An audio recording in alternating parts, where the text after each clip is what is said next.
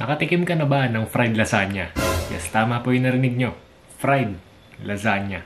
Baka naman sabihin nyo, uy grabe naman si Chucky, magluluto lang, naka long sleeve pa. Ayan, sobrang lamig na kasi dito guys. Malapit na kasi mag winter season, no? And honestly, sa sobrang lamig sa umaga, ayun, lagi na nga lang naninigas yung tea. And syempre guys, bago tayo magsimula magluto, ang paborito kong gawin, magkape. Ayan, Jim's Coffee lang sa Kalam. 7-in-1 pare, the healthiest coffee in the Philippines. May plus ka sa life. Unang-una natin gagawin, magpapakulo muna tayo ng tubig. Sa isang bowl, maghahalo tayo ng iba't ibang ingredients. Gagamit tayo dito ng ricotta cheese, low moisture mozzarella cheese, fresh parsley, salt, black pepper, at garlic powder. Mekos-mekos na ni Chucky yan mga insan. Ayan, sobrang na cheesy niyan, grabe. So eto na yung gagamitin nating palaman sa lasagna. Sa kumukulong tubig, maglalagay tayo ng asin. Tas etong mga lasagna sheets, lulutuin lang natin yan hanggang sa maging al dente. Then ganito lang natin yan babalutin. Make sure hindi gaanong maluwag yung pagbalot nyo para hindi lumabas yung keso.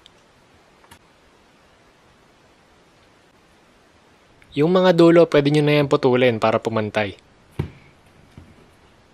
Gagamit tayo dito ng harina, itlog, at Italian breadcrumbs. Pwede rin naman yung plain lang. Coat lang natin sa harina, tas pagpagin natin yung excess.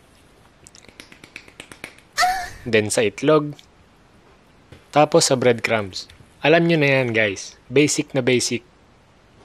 Irarap natin to, tas ipipreeze lang natin for at least 6 hours or hanggang sa tumigas yung pinaka-pasta.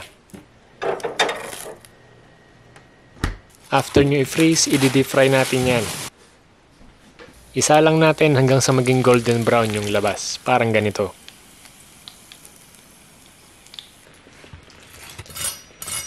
Chop natin sa gitna lahat, tas ready na tayo for plating. Tomato sauce sa ilalim. Then i-assemble natin yung lasagna. Maglalagay tayo ng Alfredo sauce sa taas, followed by fresh parsley. At ang munti ko na makalimutan, Parmesan cheese. At eto na ang ating fried lasagna. Kung may natutunan kang recipe sa akin ngayon, nandyan yung share button. Baka naman.